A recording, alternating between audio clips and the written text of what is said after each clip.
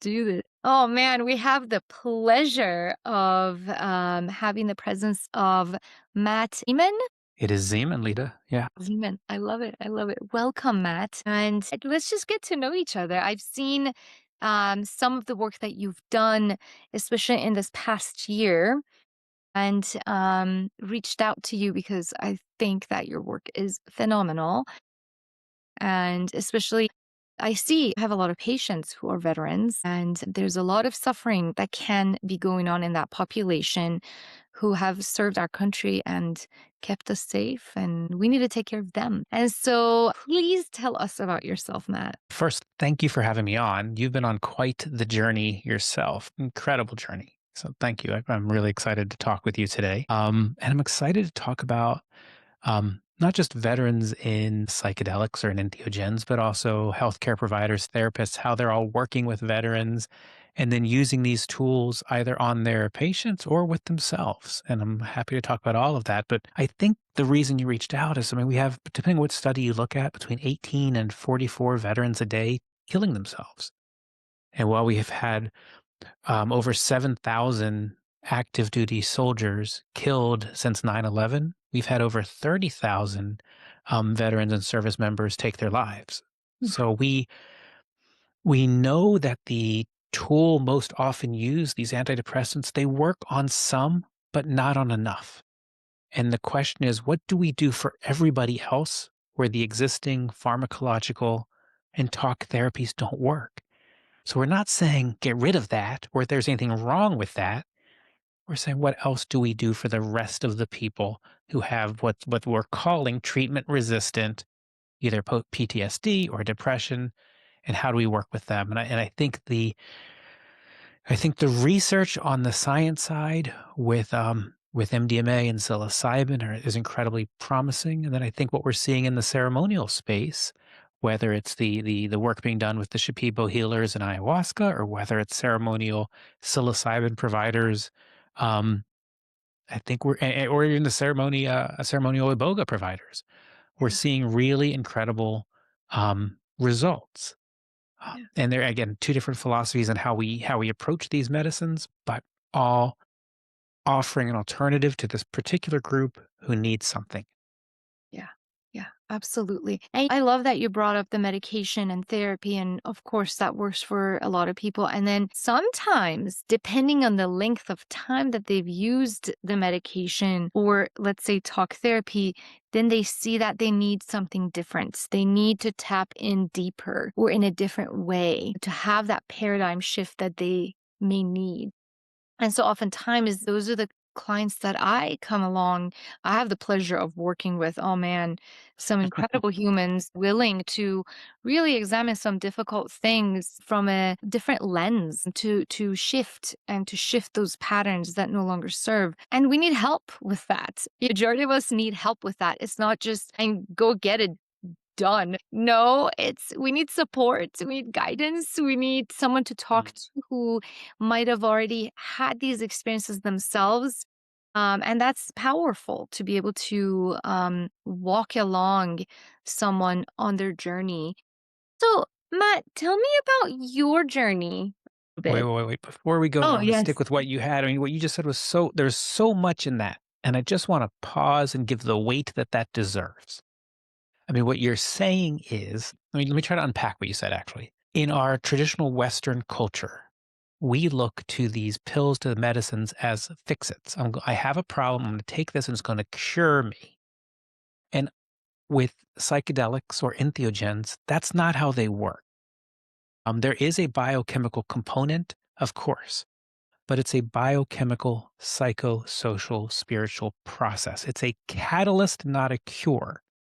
And because of that, I know many therapists get conflicted because it's like, I want to impart my knowledge. I want to share what I have learned. And really, with these tools, the tool does the work in terms of reducing shame, blame, and guilt. The tool does the work in helping put the participant in a frame of mind where they can see patterns and behaviors that are not in alignment with their true selves.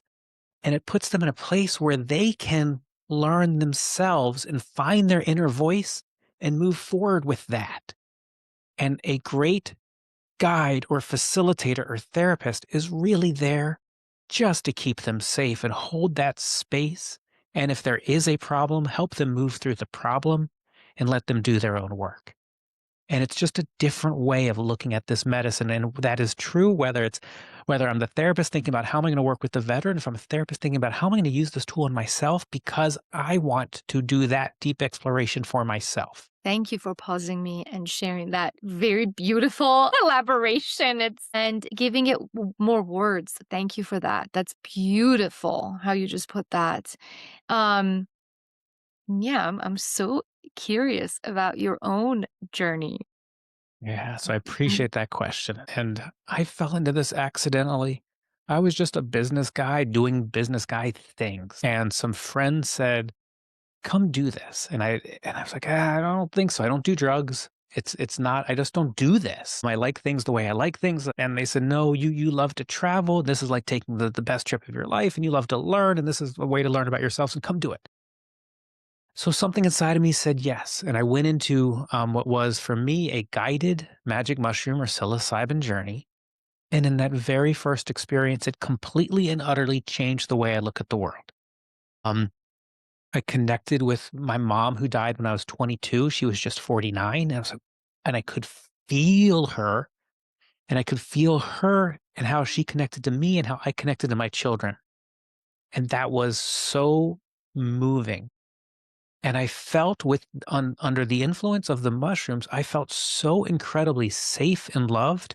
And then in the next instant, I realized I did not feel this level of safety and love in my everyday life. And I wanted to know why. And I had insight after insight after insight in that first experience. And I left it saying, I need to know more. And for me, I went on kind of two paths. Path one was becoming kind of a bookworm. I hadn't taken a science class in, I don't know, 20, 25 years. So I went back to school and got a master's in psychology and neuroscience. And then the other was this very experiential, this direct, um, embodied experience where I went and experienced different entheogens from taitas and shaman and maestros and PhDs and MDs, and just experienced a lot of expanded consciousness states using different tools. And then now I've been in a doctorate of ministry program, which again, 6 some years ago, I would never have even thought about this. And I'm going to hopefully graduate in another year. So it's been an incredible journey since then. And this last year of working with veterans specifically and working with Heroic Hearts Project, which is one of the nonprofits that sends our veterans down to Central and South America and now to Oregon to work with either ayahuasca or psilocybin, has been absolutely fascinating to understand kind of what is the journey that many of our veterans go on, what are the challenges that they're experiencing when they come back into civilian life, and where is our medical system and our VA kind of falling short, and what are these nonprofits doing to help? And it's been absolutely fascinating. Fascinating. Fascinating. How would you say if, someone, I think about our VA patients here, my partner, my husband is a physician at the Mhm. VA locally. And I mean, we have veterans every day, thousands of them, right? Who would very much benefit from these medicines. Do they reach out to you guys and then you help them out? Tell us that process of what happens. Yeah, so I love that question. So in my book, which is the Veteran's Guide to Psychedelics, and by the way, I don't make $1 in this book. 100% of the proceeds goes to Heroic Hearts Project. So I bring it up as a tool, and we've charged as little as we can just to get into people's hands. But I bring it up so if you're a veteran and you're looking for a place to start, it's a good place to start. The whole forward is by a guy named Captain Bob Kaufman, who has multiple deployments, 30 years as an MD in with the military, but also has studied psychedelic medicine. And in that book, he talks about health literacy for you as a veteran specifically, and the study that they did looking at veterans and their use of psychedelics and some of the challenges that they have and ways to keep yourself safer with these tools. So that's a good starting point in the book. In the book, there's a whole section of resources. So it's not just Heroic Hearts Project. There's the Mission Within. There's vets. There's other groups that work with veterans. And I don't think enough veterans realize that if you apply for, let's use Heroic Hearts Project as an example, and they accept you, If you don't have the ability to pay for it, they pay for all of it. They fly you down to, again, Central South America or to Oregon. They pay for your ceremony. They do 3 individual sessions in advance, 3 group sessions in advance, and then 3 individual and 3 group sessions after, and there's more support if you need it. And Wow. that's what they're always raising money for, and that's why the proceeds that's why this book is so important in terms of raising money for them because I think they spend like $6,000 a veteran for all of the services for a particular set of ceremonies. But in that book, there's a number of other organizations and applying to them and trying to get yourself in the list is a good step. Part of this book is also to say, look, here are the different types of medicines that are offered, and here are the risks, and make sure that you want to actually do this. And so it's almost an informed consent piece of the process. So read this, decide with not being sold anything from anybody, and then if you're still interested, apply to one of these different nonprofits, and hopefully get on the list and go and get access to these tools.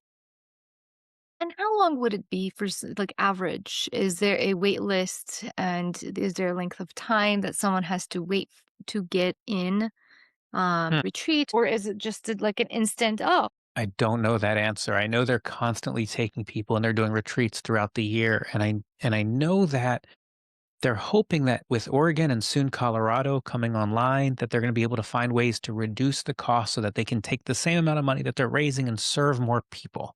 So again, I encourage you to reach out to these organizations and just put your hat in the ring if this is something you want to do. So I'm not telling yeah, anybody to do anything, but if it is yes. something you want to do, this is the way to do it. Yeah, yeah. Thank you so much. And some of the safety issues, let's talk about some of that because I'm a big safety person. Mhm. Being a physician and all, I think we need to know all of it. We can't just romanticize the idea of psychedelics and not look at the shadow side. Let's be realistic. Let's be practical. Let's know what we're getting into because these states, especially with the high doses, they jar you. They jar your life. They can be like earth shaking and in ways the structures of which that you have subscribed to over your lifetime, they're Mm. now also shaken. Like how do you get back into life? And so let's talk about the safety part first. When someone is even thinking about, okay, this may be something that would help me. I'm suffering, I'm not able to get out of these ruminating patterns. I have severe PTSD. A little sound goes off in the background, and I'm jumping out of my seat. Mhm. How can that person or alcohol or, an addiction that is ruining my life, I want to change that for me and my family, or I've had a TBI. It's changed my personality and I want to be who I was before. And so, yeah, for the person who's considering. Now, one quick note on that Bob Kaufman person I was telling you about a minute ago. He took me over to the Intrepid Center of Excellence, which is where he's done a lot of his work, which is kind of the Mayo Clinic for TBI and PTSD. I mean, he is hands on in this world. So his forward coming from him carries just a lot of weight. So I love this question that you're asking about safety because I rarely say that psychedelics are safe. What I talk about is risk reduction. The rosy answer is, hey, if you were to Dr. David Nutt from Imperial College talks about harm to self and harm to others of drugs. If you look at his chart on the far left-hand side is alcohol. The most dangerous to harm to self and others is a 72. You work your way all the way down, and mushrooms are a 6. Okay, that's the rosy answer. The not so rosy answer is a whole bunch of harm can happen in that 6. So the question is, how do we keep ourselves as safe as possible, knowing that all drugs can be dangerous? There are over 400 people every year who die from acetaminophen overdoses in our country, an over the counter painkiller. So all drugs can be dangerous. So when we talk about risk reduction for veterans or for anybody listening to this, there are really 3 things to look at.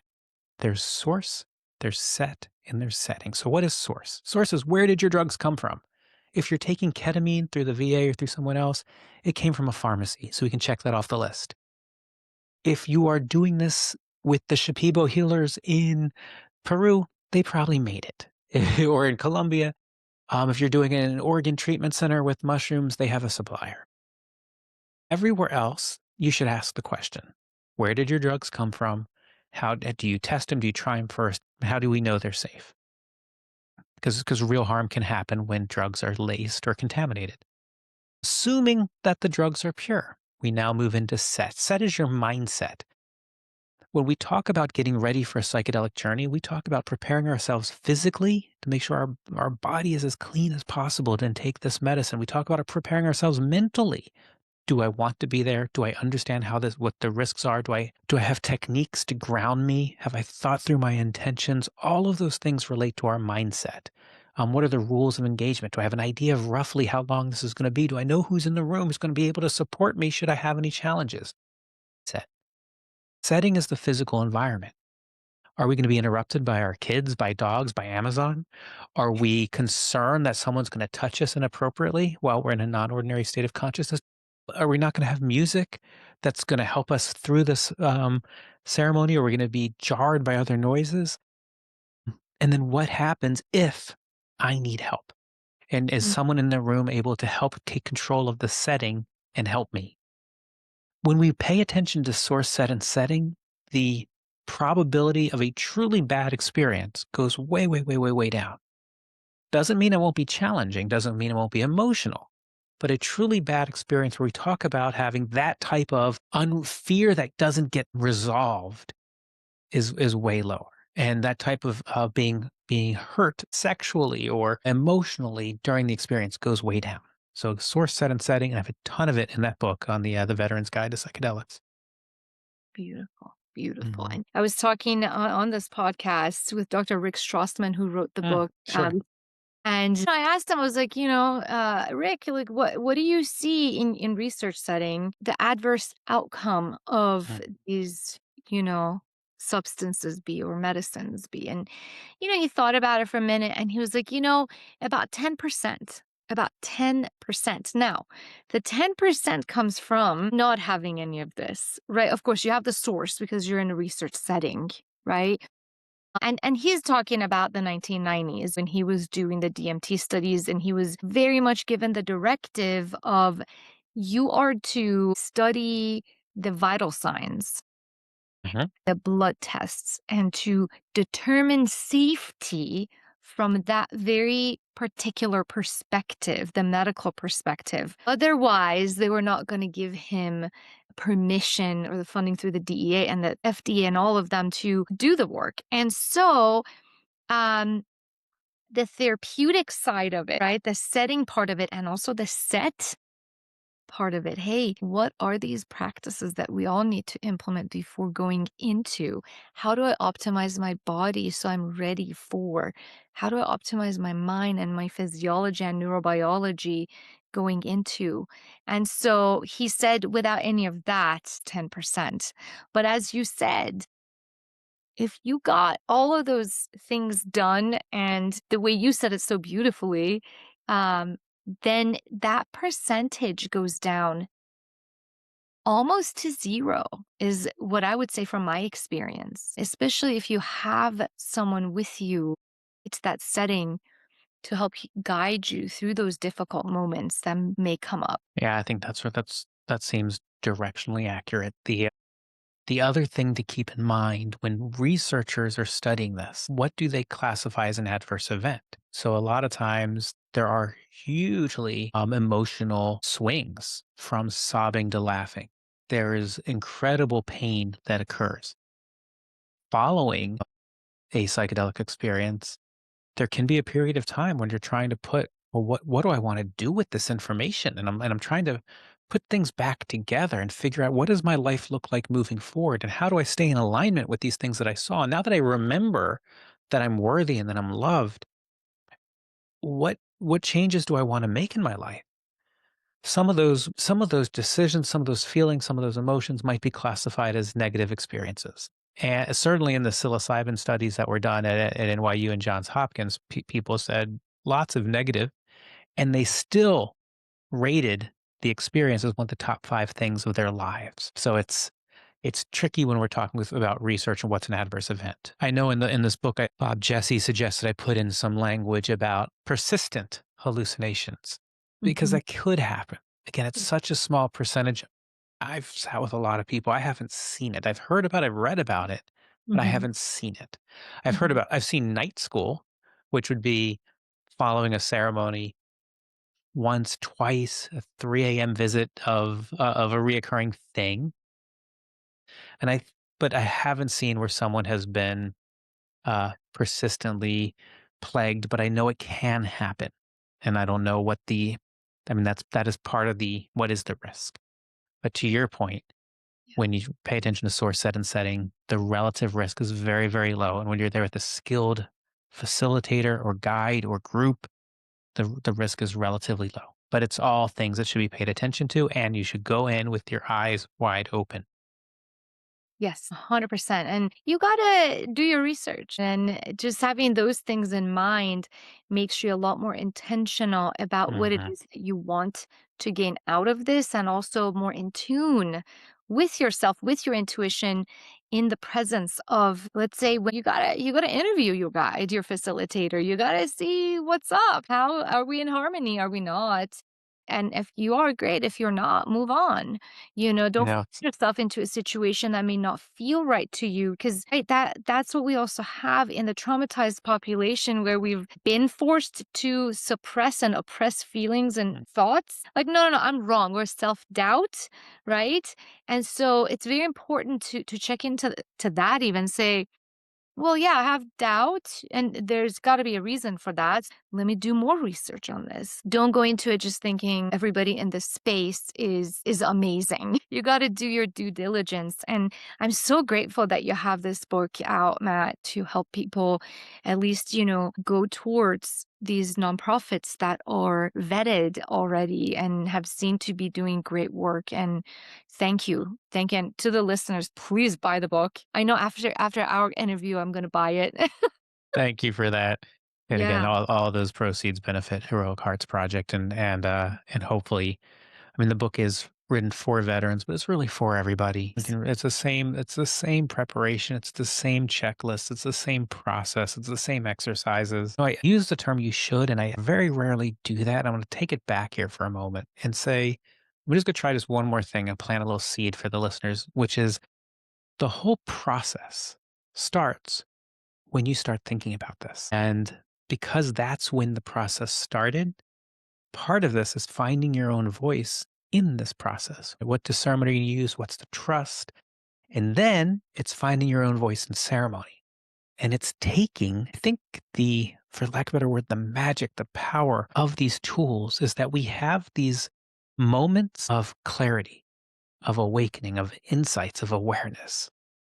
And then we have the rest of our lives to practice. And that's what this really is about. We talk about psychedelics as if it's the end, and it's not.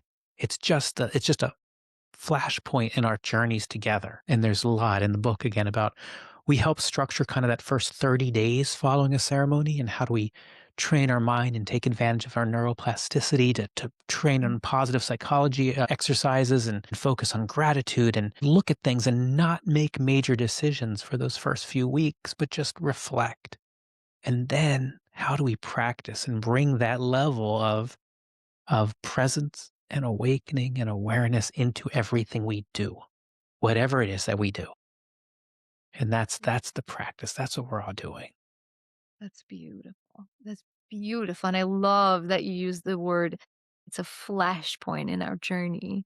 And then you have years to gain from that experience, and not to take it lightly, and one of and I love that you're bringing this up. The other thing that I have seen in the past is when people feel I've gained a particular lucidity about Mhm.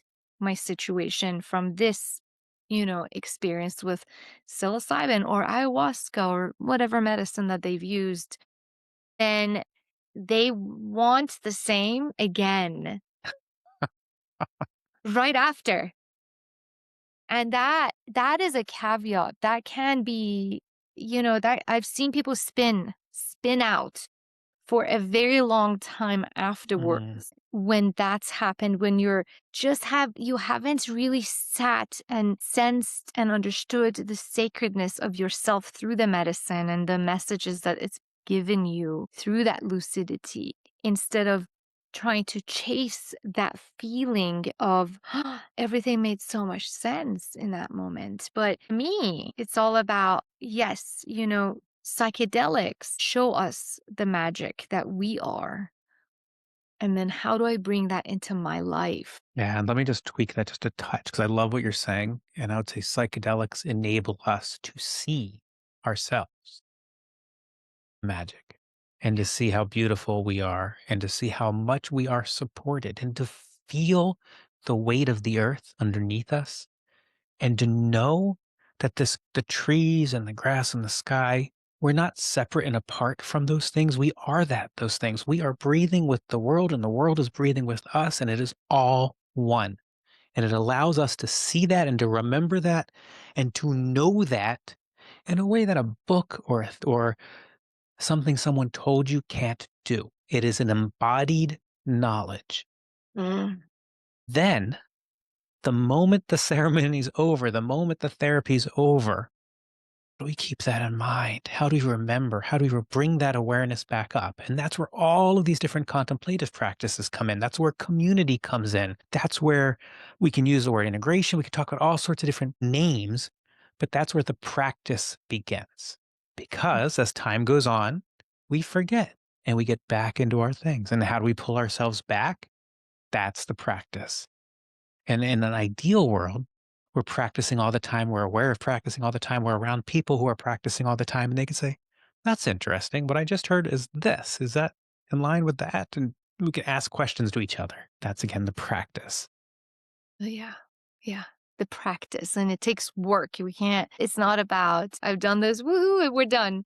No, it's a practice. It's a lifetime practice. And sometimes when you let it slip, I've done this work for over a decade, and with meditation and knowing what works, both knowledge-wise and also experientially, the embodiment of it, Mm-hmm. and then you still let it slip a couple of days, and I'm like, on day 3, something is wrong with me for sure, there's something off.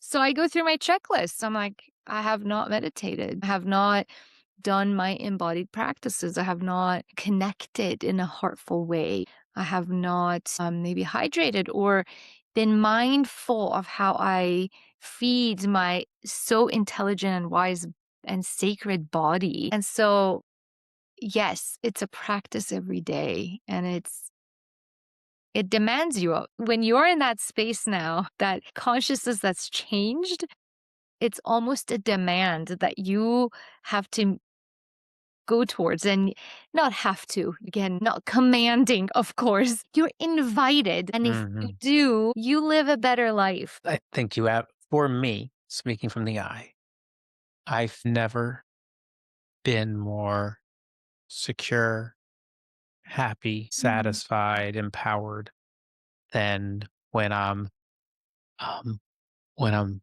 aware and present. And when I slip, to use the word you use, and I slip out of this level of awareness, and for whether it's for a moment, for a conversation, for a period, yeah, that doesn't feel as good for me. And no bad anybody. It just is. Okay.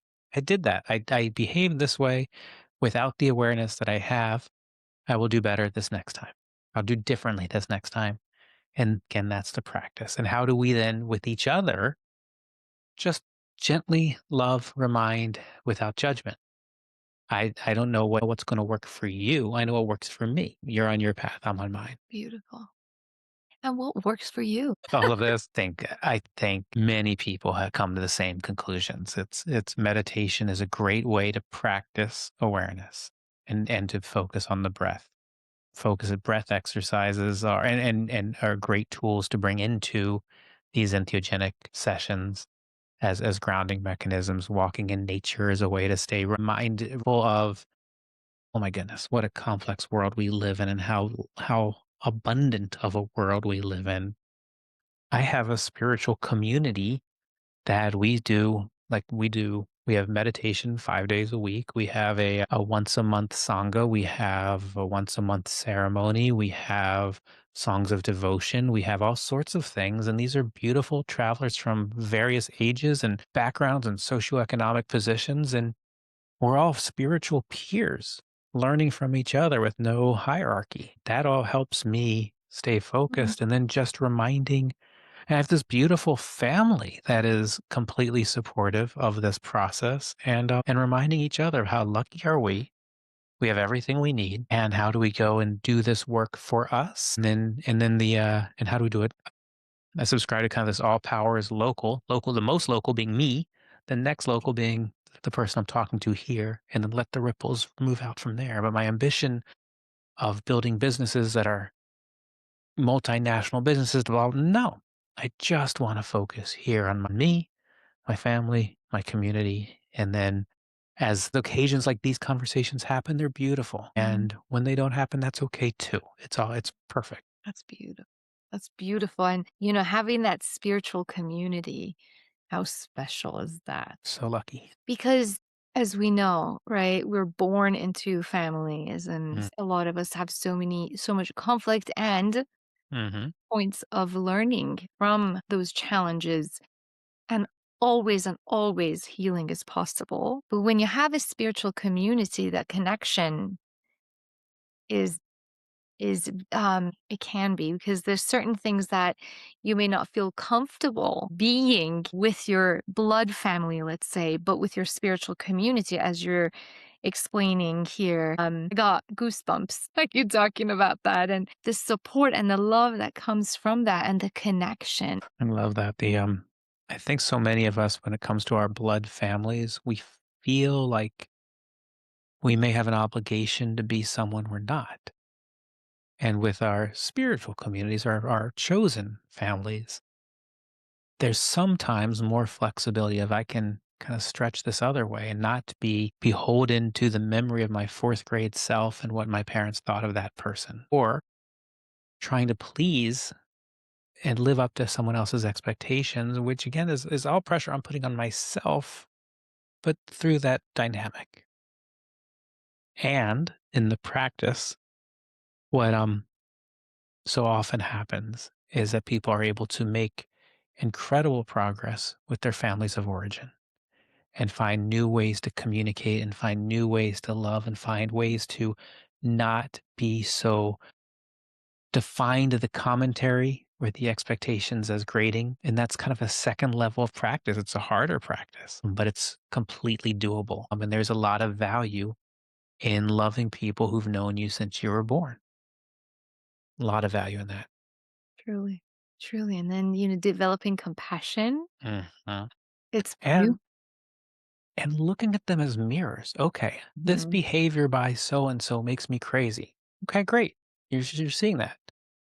Why? And what do you do that is similar to that behavior? Maybe it's called a different thing. Maybe it takes on a different form, but there's some reason that that behavior is coming into your consciousness. And in my experience, if I really sit with it, there's a piece of it that resonates with something I'm doing. Mhm. So everything's a teacher, everything's the presence of this incredible source power that we're all part of. Everything's an opportunity for learning, healing, and growing. Mm, I love it, Matt. I've learned so much from you today. You've been doing such beautiful, I mean, you've really done a lot of work in this past decade and made major changes in your life. You did a lot of school, you spent a lot of money, put a Mhm. lot of time into a specific career, and now you've taken this branch of a path, which is beautiful. But I have to imagine that there were a lot of people in your life saying, "What are you doing?" Yes, for sure, including self, coming out of having practiced as an academician for a decade as a, hospitalist in the bowels of a hospital, day in, day out with very Mhm. patients. And I just couldn't unsee what I had seen from my psychedelic experiences. There's a simplification that came from me for me, and Mm. a lucidity of what it is that is causing physical pathology, which was all based in past trauma that was not resolved. And w- I was seeing myself, that source of what I'm dealing with now as a physician with this individual who may have metastatic cancer or severe infection from Mhm. something. It is so deep. It is so deep in their psyche, in their being. And I'm just like giving them the pills. What? Mhm. It doesn't make any. It was so significant what they have been dealing with in their life and their suffering as it was presenting itself. I saw it as blockages of energy, almost as if like the light can't get through. So there is a shadow part that hasn't been examined, and that's what's causing the cancer, for example, or the severe infection. And I just couldn't unsee that. And so I would sit with my patients whom I didn't have a lot of time with because the hospital is on the go, Right. right? And that's how these systems work. And we're Mhm. all burning out, and thousands of physicians are leaving constantly, these big systems, which is wonderful. And, I would sit with my patients that I had the time to do so, and I would talk to them about it. I'm like, so what's going on with the pain? Like, we keep going up on the Dilaudid, in a Mhm. 24-year-old who has sickle cell disease. Mhm. Sure, you're in a in an acute flare, and yes, I understand you need a lot of opioids, but what's really going on? And I sat with him and I was like, I lived in war for the first 8 years of my life, and I had to deal with burnout, and I was anxious and depressed and this and that. So what happened to you? And I was shocked when he told me that when he was 3 years old, up till he was 3 years old, they lived in a part of San Diego where he saw people get shot every day in front of him, where he himself was shot in the chest. And after that, family moved him away and they all moved, but he could not sleep still, and no amount of painkiller was going to help this guy, right? And so I saw the deficiencies of how we practice medicine and how we don't look at the source. And I was just like, oh my God, I can't do this anymore. I can't pretend like I don't know this. And so I had to leave. I had to leave. That was a really big part of it. The other parts, the medical system tends to be very malignant. Physicians with physicians. I was in a leadership position and I was making good policy changes for frontline physicians and nurses and to be able to be with patients time, more that sacred time, which was wonderful. But it was just too much of that negative energy and doing things that were meaningless. And I was like, no. And I wanted to bring in psychedelics, but I was like, no, I can leave and bring that still. So I had to really deal with a lot of internal to figure out what to do next. An investment of time, energy, time that I spent away from family and from my child to be trained in this field that does help people.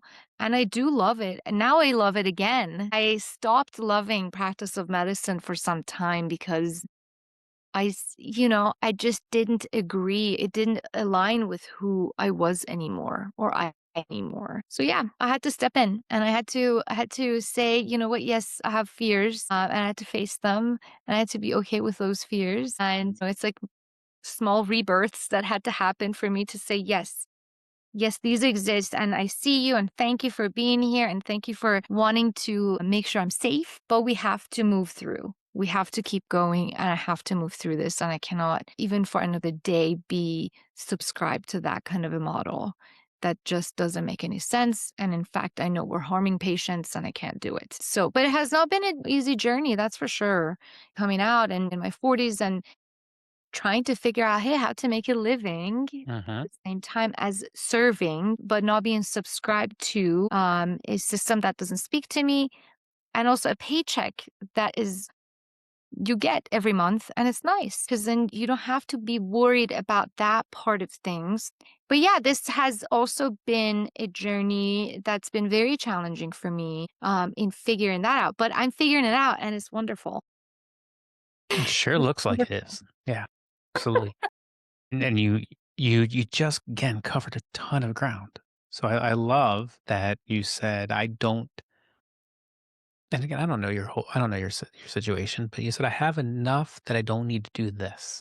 I can figure something else out. And you're making it work, period.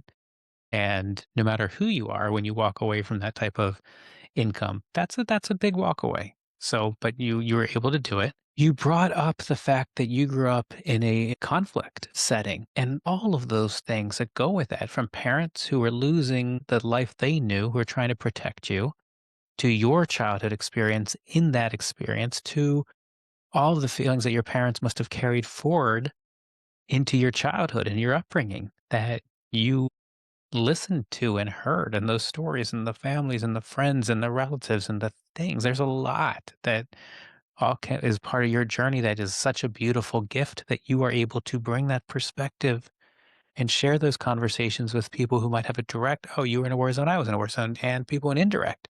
You experienced trauma, I experienced trauma. It's not the same. We're not comparing, but we have a frame of understanding that we can both share. And that's beautiful. I mean, what's the Gabor Mate quote? It's not trauma's not what happens to you, it's what happens inside of you because of what happens to you.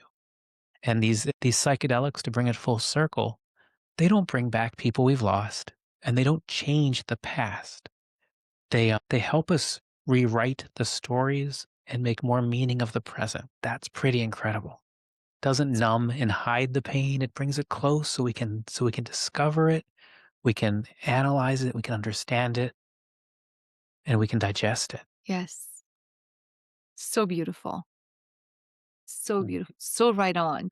Again, I greatly admire what you're doing, how you're doing it, and and how you had to convince yourself and probably a lot of other people. It's probably a lot of conversation around, this is what I want to do. And you're following that inner knowledge of, I can find more happiness doing it this way. And I can still serve, and I can still use all this school and help in a different way that's more meaningful to me and more effective on the people that I work with. Absolutely. And thank you so much for that. And I've had beautiful, wonderful sources of support and empowerment. My partner, Mhm. he was like, no, you're not happy and you haven't been happy in a Mm. long time. And he saw that, though, yes, then he had to pick up the pieces for some time to support. He's like, nope, you do what you feel is right. And what you're doing is beautiful. You're really transforming people's lives. I'm not. I'm the catalyst, right? They are. It takes the whole tribe to come together and do the work together. And yeah, it's powerful. It's powerful work. And I can't again unsee that. And now doing this work for patients at the end of life, creating our own practice. And the message really here is, if something is just not in alignment, coming into terms with that, it just isn't in alignment. What else is in alignment? And I love that you mentioned you grew up in conflict. That just brought something forward for me that I hadn't thought about. I grew up in conflict, so that was my comfort zone almost. Not almost. I mean, that was what you knew. That was your normal. It, And that when was it's my not normal. that, it's not normal. And Yeah, it's weird. it's weird. Right? Mm. Absolutely. And so the hospital was my comfort zone, of course. And it is a war, it's almost a war zone. I mean, it's a jungle in there. It's like jungle's much better, actually. It's a war zone in ways. And so in that conflict, I felt comfortable and I shined in that space. And to say, whoa, like, no, I need different. This is not serving me any longer. And to switch over to a peaceful space without conflict was really creating a path that wasn't easy, no, for sure. And it continues to be challenging. I'm like, yes, bring it. I love it. I love it. I love every moment of it. And we're our end of life care. We have a medical center, hospice, and palliative program, and we can bring in plant medicine soon. Beautiful. And I'm working with the state to bring that in and to help our veterans, help our addiction in New Mexico, which is so high, and the intergenerational trauma that in the Mhm. indigenous here is unbelievable. So to be able to really stand in that light, I think everyone can do it 100%. You can't shy away, or if you shy away from the challenges that may come from it, I don't know, maybe it won't serve as much, you know? It's going back into the comfort zone again and saying, "Oh, okay, this is my programming. You know, this is what I grew up with, so it's easy. So let me go back into that mode." No, if you initially, especially, and I'm sure this, but and you can say it much more elaborately than I can, but when you're trying to, you're invited, right? You're invited to change those patterns into new ones. The initial phase can be very challenging, but the more you do it, the easier it becomes. Yeah, Neurons that's wired so together, true. wired together. Yes. Yes. It is, we as we get older, as I'm sure you've talked about, we prune our neural pathways and we get stuck in these grooves and in the record player. And these tools, these entheogens, these psychedelics help us have parts of our brain communicate that just haven't done that in a long time. And now we can see a different path and we can make these choices that we just didn't see them before. But once you see them, you can't unsee them. And it sounds like it's been a massive change for you, and it's been something that's been very rewarding for you. And it sounds like the people who are lucky enough to work with you get to have all of you now versus the 7 minutes that you were allocated before. Yes, yes. Mhm. And I love every minute of it. Love every minute of it. I learned so much. Well, I'm super hopeful that you're able to practice with, I mean, the end of life work that I get to see in ceremony, Mhm. um, is just incredible. And not just for the person actively dying, but for the friends and family that are that are bearing witness. There's a really cool study, by the way. I don't know if you're aware of this at Sunstone, where it's the first dyad. So they're giving MDMA not just to the person with cancer, but to someone they love. Phase 2 trial right now happening in Maryland. But we see that all the time in the ceremonial space where it's okay. And then we have one coming up where it's stage 4 cancer and she wants to say goodbye to her family.